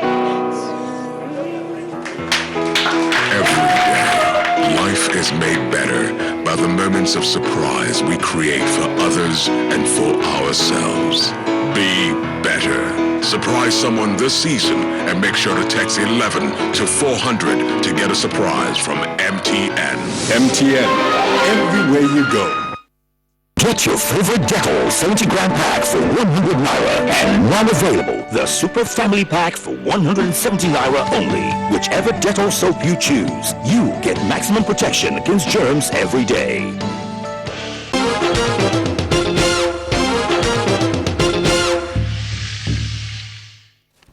All right, on to sports now. The newly constructed 30,000 capacity Akwa Ibom International Stadium in Uyo will today host its first official game as the Super Eagles of Nigeria Team B take on Ghana. It's actually called the Nest of Champions. Details of this and more in the Sports Bulletin with Musbah Udan Wahab.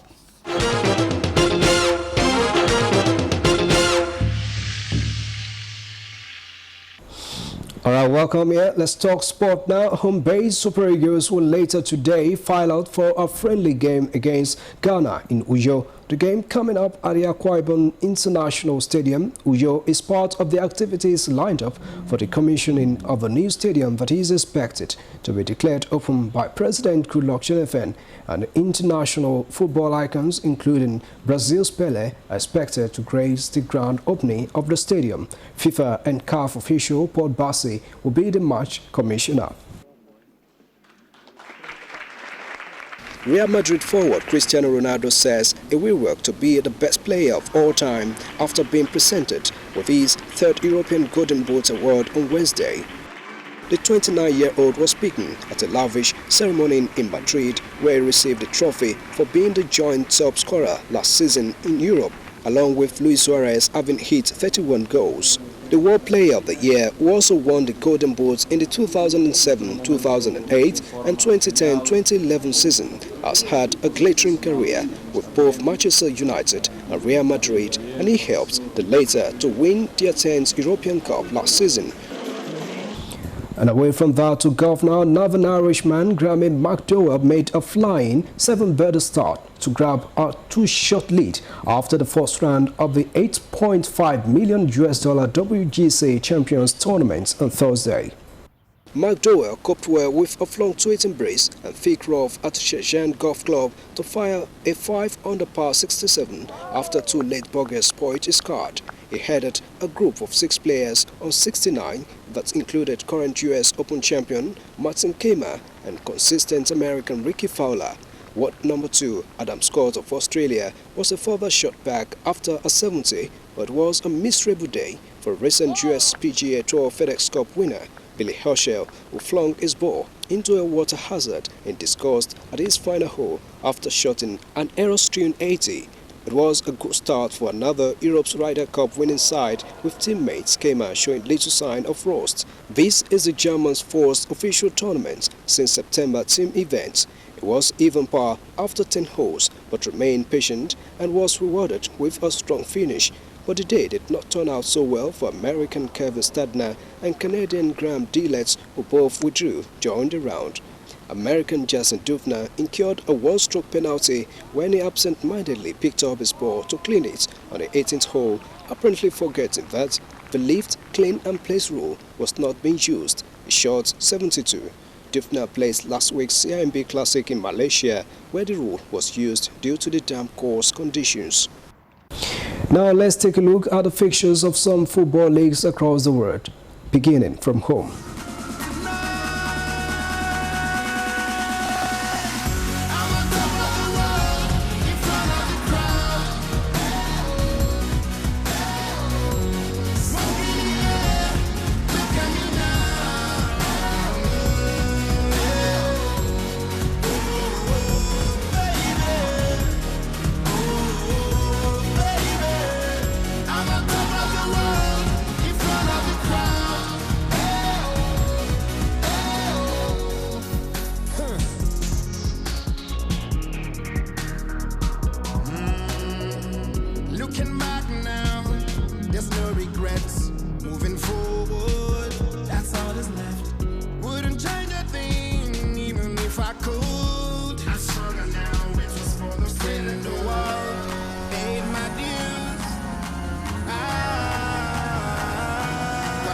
And our sports this morning. Have a great sporting weekend.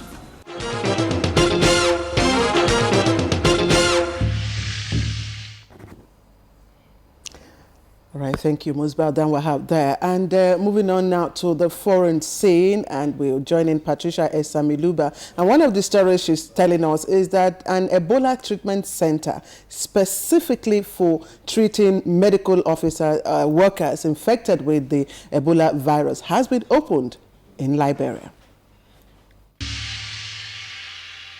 News from sister West African state, Liberia, says a new Ebola treatment center is reported to have opened specifically for the treatment of medical workers who become infected while caring for victims.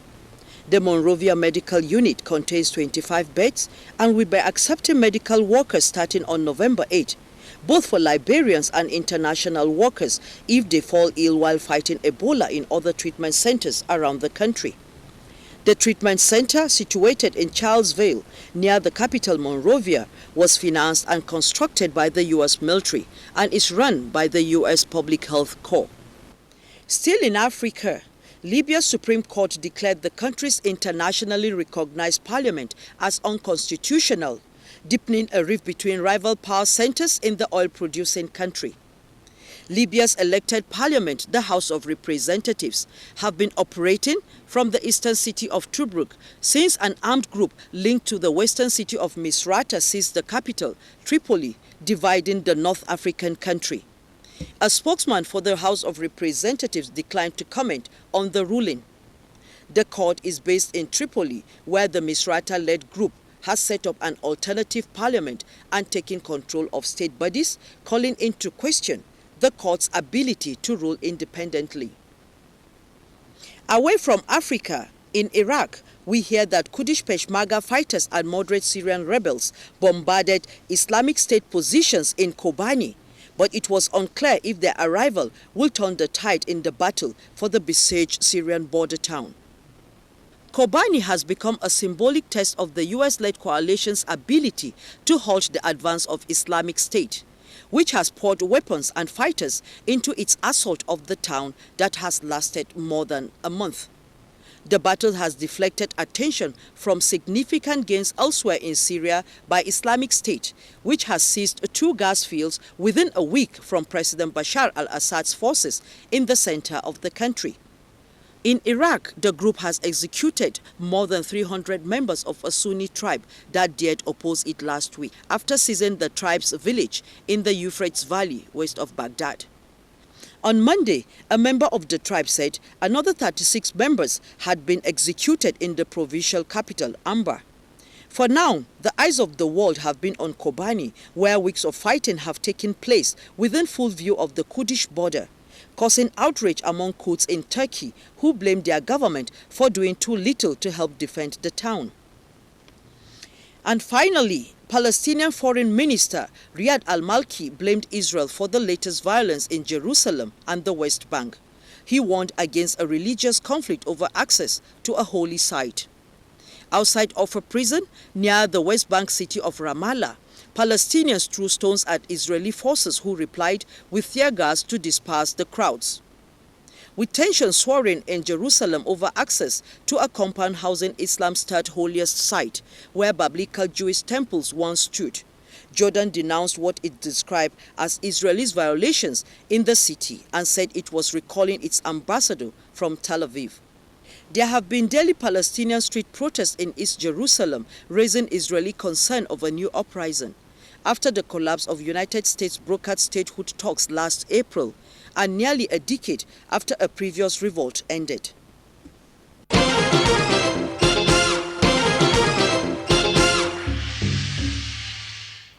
Okay, thank you very much there, Patricia Esamiluba, for the foreign package. We now take a look at the weather details for the rest of the day for major Nigerian towns and cities.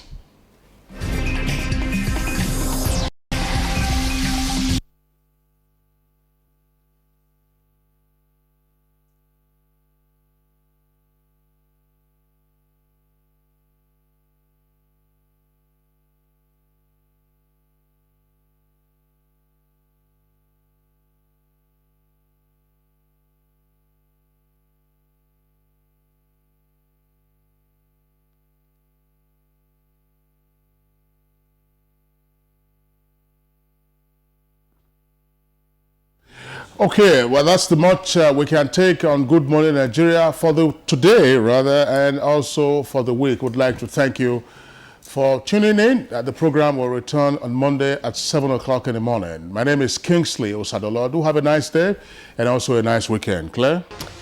Of course, my name is Claire Adilabo Abdulrazak. From me and the rest of the crew, thank you for watching, and don't forget, have a pleasant weekend.